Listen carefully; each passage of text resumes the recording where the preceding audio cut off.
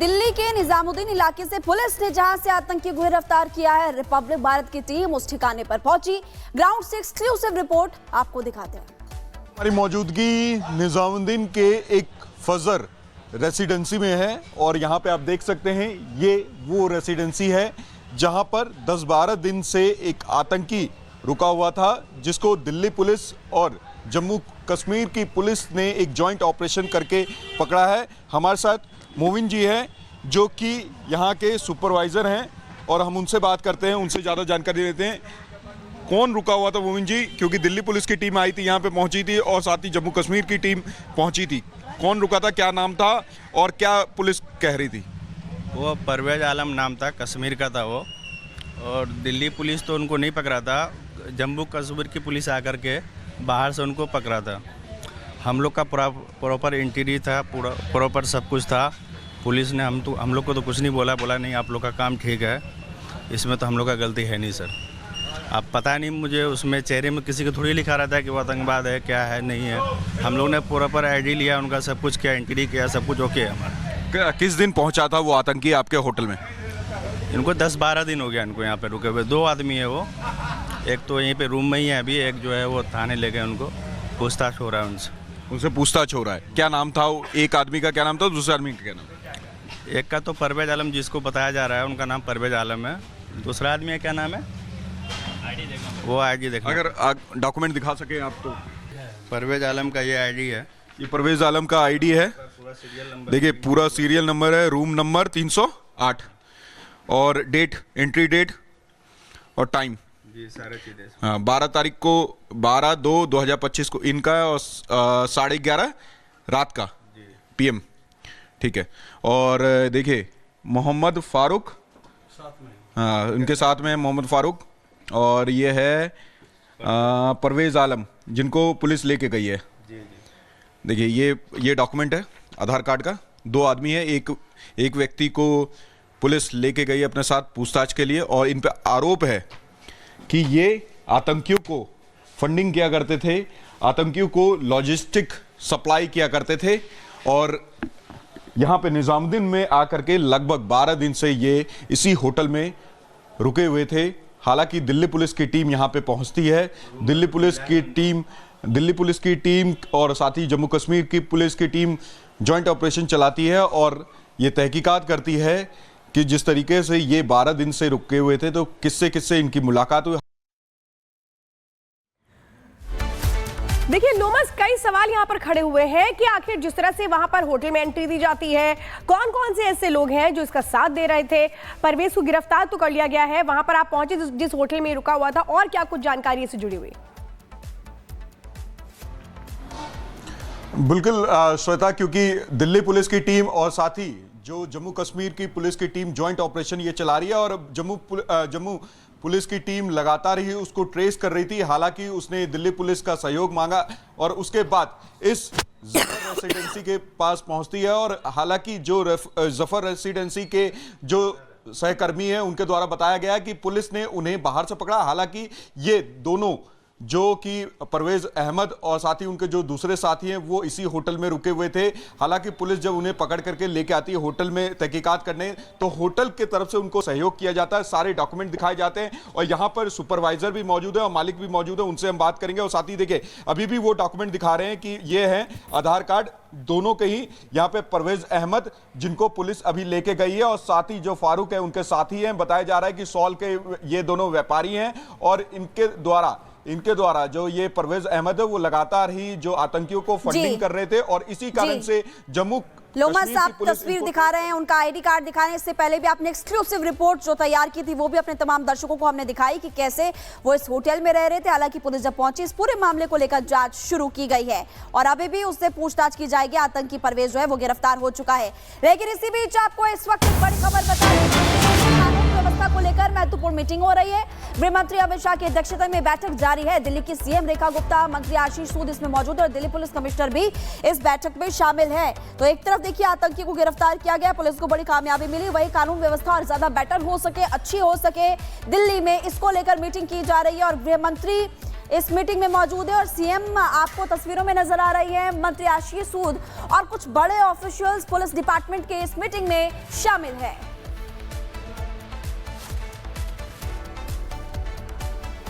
और चलिए इसी पर आगे खबर आपको दिखाते हैं। आपका खेल स्वास्थ्य फेल।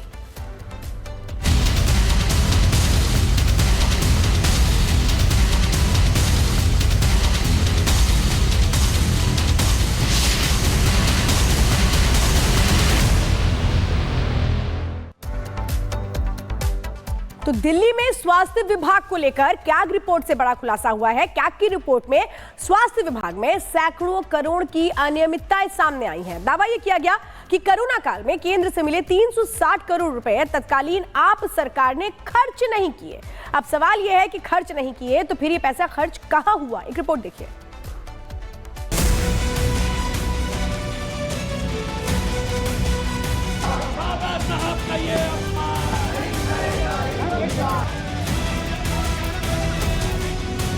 दिल्ली में भ्रष्टाचार हुआ बेहिसाब, अब हो रहा पाई पाई का हिसाब।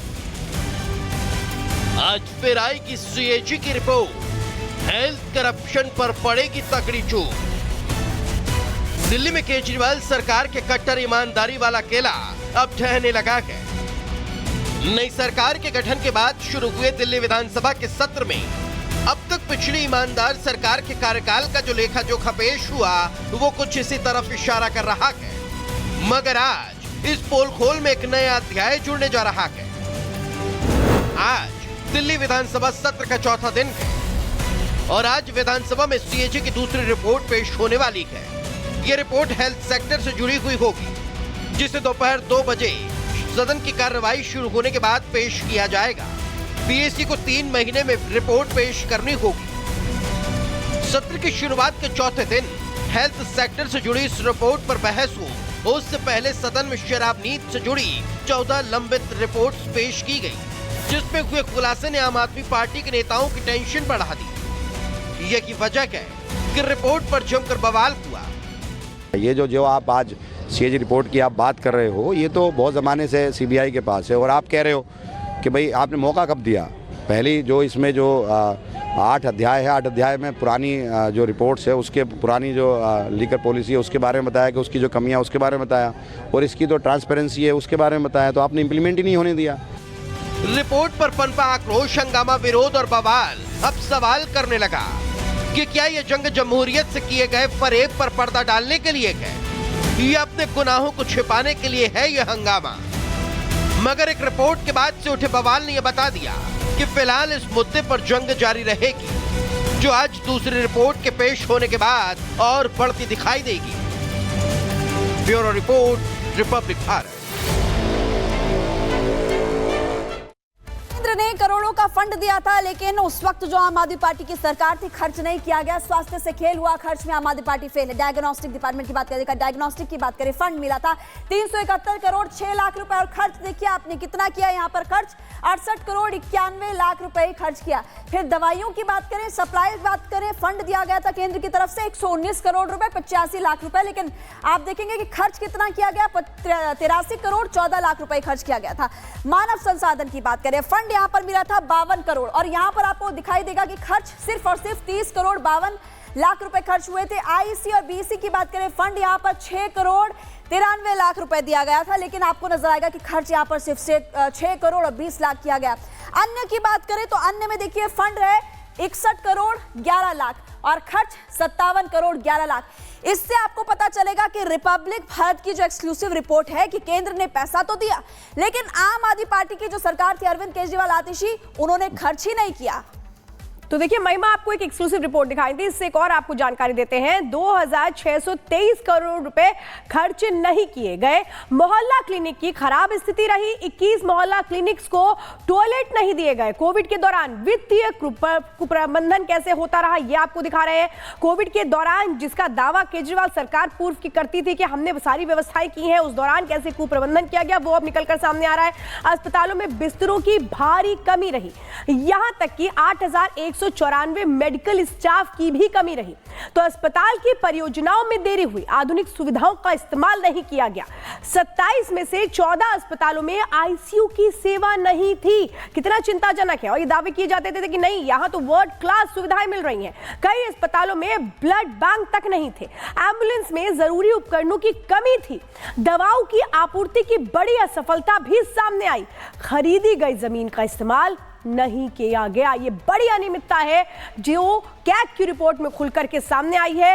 अब कैसे इस पर एक्शन लिया जाएगा वो बहुत अहम हो जाता है, क्योंकि आज आपको बताते हैं गृह मंत्री बैठक भी कर रहे हैं दिल्ली की सरकार के साथ। श्वेता, आप जानकारी बहुत महत्वपूर्ण दे रही हैं, लेकिन ग्राउंड पर ले चलते जतिन हमारे साथ जुड़े हुए हैं। जतिन, कट्टर ईमानदार की बात अरविंद केजरीवाल आतिशी करते थे, लेकिन केंद्र ने पैसा तो दिया, सरकार ने उस वक्त खर्च ही नहीं किया और उल्टा आरोप बीजेपी पर लगाए। आज बिल्कुल देखिए, केंद्र सरकार ने पैसा दिया, तकरीबन 2600 करोड़ रुपए दिया और इन 6 सालों में